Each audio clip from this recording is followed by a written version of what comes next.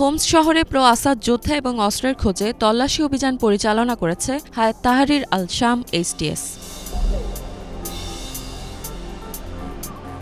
এই তল্লাশি অভিযানটি হোমসের ওয়াদি আল দাহাব এবং আকরামা এলাকায় পরিচালিত হয়। অভিযানের মূল উদ্দেশ্য ছিল যুদ্ধ অপরাধী এবং ন্যায় বিচারের প্রতি ফাঁকি দেওয়া আসাদ বাহিনীর পলাতকদের সন্ধান করা, পাশাপাশি লুকানো অস্ত্র উদ্ধারের চেষ্টা করা।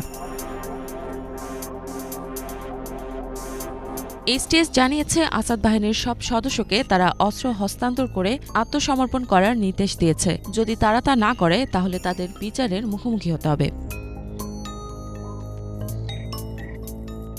এদিকে চেকপোস্ট স্থাপন করে স্থানীয় বাসিন্দাদের বাড়ি তল্লাশি ও তাদের পরিচয় যাচাই করছে এইচটিএস যোদ্ধারা। এক সাক্ষাৎকারে এইচটিএস এর মিডিয়া প্রতিনিধিরা জানান, বিদ্রোহীরা হোমসে প্রবেশ করার দুদিন আগেই স্থানীয় বাসিন্দাদের অস্ত্র সরবরাহ করেছে আসাদ বাহিনী। এই অভিযানের উদ্দেশ্য এসব অস্ত্র উদ্ধার করা এবং এলাকাগুলোতে শান্তি ফিরিয়ে আনা।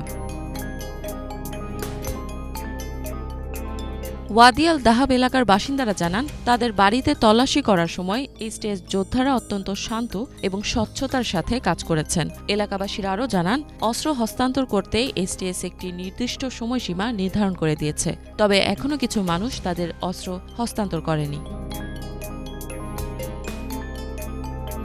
ইফাত জাহান, বাংলা ভিশন।